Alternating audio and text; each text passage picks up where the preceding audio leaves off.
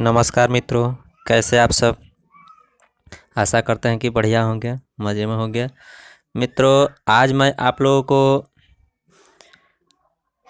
Bio का chapter पढ़ाने जा रहा हूं, जो एनसीईआरटी बुक से लिया गया है। मित्रों, सबसे अधिक क्वेश्चन एनसीईआरटी से ही पूछे जाते हैं, इसलिए मैंने सबसे पहले आप लोगों को एनसीईआरटी का जो क्वेश्चन है उसको क्वेश्चन आंसर करा दूं। तो मित्रों, चलते हैं, चैप्टर में प्रवेश करते हैं और क्वेश्चन आंसर की तरफ चल रहे हैं। सबसे पहले देखते हैं कि क्वेश्चन जो है, पहला क्वेश्चन, जीवों के लिए जनन क्यों अनिवार्य है। मित्रों, यहाँ देखा जाए तो क्वेश्चन यानी जनन पर है, यानी जनन क्यों जरूरी है। तो चलिए मित्रों, आंसर की तरफ चल रहे हैं। जनन जीवों का एक अति महत्वपूर्ण लक्षण है। देखा जाए तो जनन के बिना कुछ भी संभव नहीं है। जनन अगर नहीं होगा तो अस्तित्व, किसी भी प्राणी का अस्तित्व खतरे में पड़ सकता है। यह एक अति आवश्यक जैविक प्रक्रिया है जिसके द्वारा न सिर्फ जीवों की उत्तरजीविता में मदद मिलती है, बल्कि इससे जीव जाति की निरंतरता भी बनी रहती है। जनन जीवों के अमरत्व में भी सहायक होता है। प्राकृतिक मृत्यु, वैता व जीर्णता के कारण होने वाले जीव की ह्रास आपूर्ति जनन द्वारा ही होती है। जनने से जीवों की संख्या बढ़ती है। जनन एक ऐसा माध्यम है जिसके द्वारा लाभदायक विभिन्नताएं एक पीढ़ी से दूसरी पीढ़ी तक स्थानांतरित होती है। अतः जनन जैव विकास में भी सहायक होता है। इन समस्त कारणों के आधार पर कहा जा सकता है कि जनन जीवों के लिए अनिवार्य है। मित्रों, कहने का अर्थ है कि अगर जनन नहीं होगा तो जीवों में जो संख्या वृद्धि होती है वो नहीं हो पाएगी, और जो भी जीव है वो खतरे में पड़ सकते हैं, वहीं पर समाप्त हो सकते हैं। इसलिए जनन अनिवार्य है। क्वेश्चन नंबर 2 में हम लोग प्रवेश कर रहे हैं। क्वेश्चन नंबर 2 है, जनन की अच्छी विधि कौन सी है और क्यों। जनन की अच्छी विधि कौन सी है और क्यों।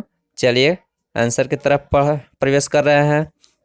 मित्रों, यहाँ देखा जाए तो प्रायः लैंगिक जनन को जनन की श्रेष्ठ विधि माना गया है।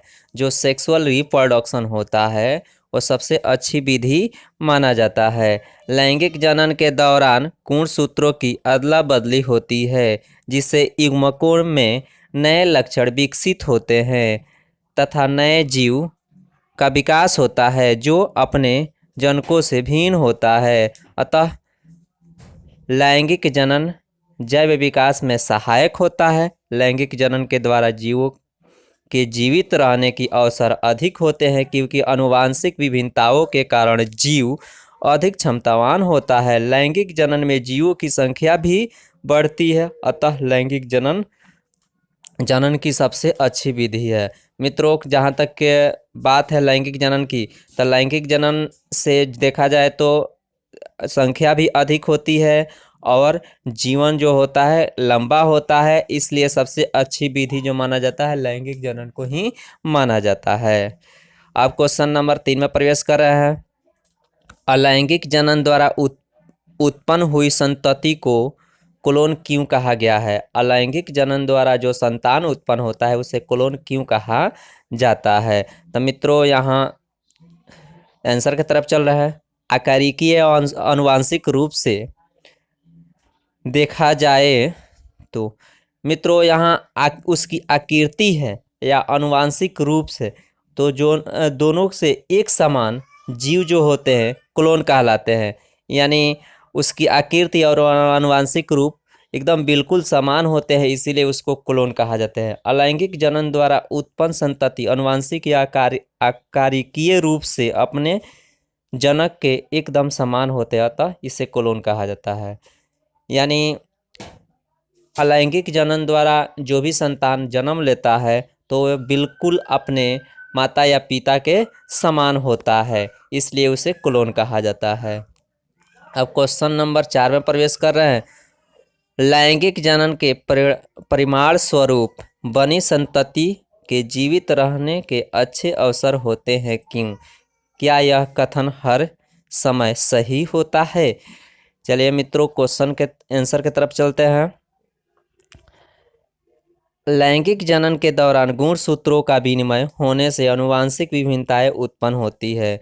लैंगिक जनन के दौरान जो गुणसूत्रों का अदला बदली होती है, आनुवंशिक रूप से विभिन्नताएं उत्पन्न करती है, जो जनक से संतति में स्थानांतरित होती है, यानी उसके पिता से पुत्र में स्थानांतरित होती है, माता से पुत्र में स्थानांतरित होती है। युग्मकों की उत्पत्ति व निषेचन के कारण नए तथा बेहतर गुणों युक्त संतति का जन्म होता है। अगर उसके जो विनिमय होता है, आनुवंशिक गुण का अदला बदली होता है, उससे जो संतान उत्पन्न होता है नए गुण वाला होता है। अतः लैंगिक जनन के परिणाम स्वरूप उत्पन्न संतति के जीवित रहने के अच्छे अवसर होते हैं, जो क्या होते हैं, ज़्यादा दिन तक जीवित रहते हैं, ज़्यादा गुणवान होते हैं। यह कथन सदैव सही नहीं होता है। जनकों के रोगग्रस्त होने पर वह रोग आने वाली पीढ़ियों में स्थानांतरित हो जाता है। मित्रों, जहाँ तक बात है, इस कथन को हमेशा सही नहीं माना जाता है, क्योंकि इसमें देखा जाए तो जो अगर कोई रोग माता या पिता में हो तो वह रोग उसके संतान में भी हो जाता है, स्थानांतरित हो जाता है। चलिए मित्रों, अब क्वेश्चन नंबर 5 में प्रवेश कर रहे हैं। अलैंगिक जनन द्वारा बनी संतति लैंगिक जनन द्वारा बनी संतति से किस प्रकार से भिन्न है?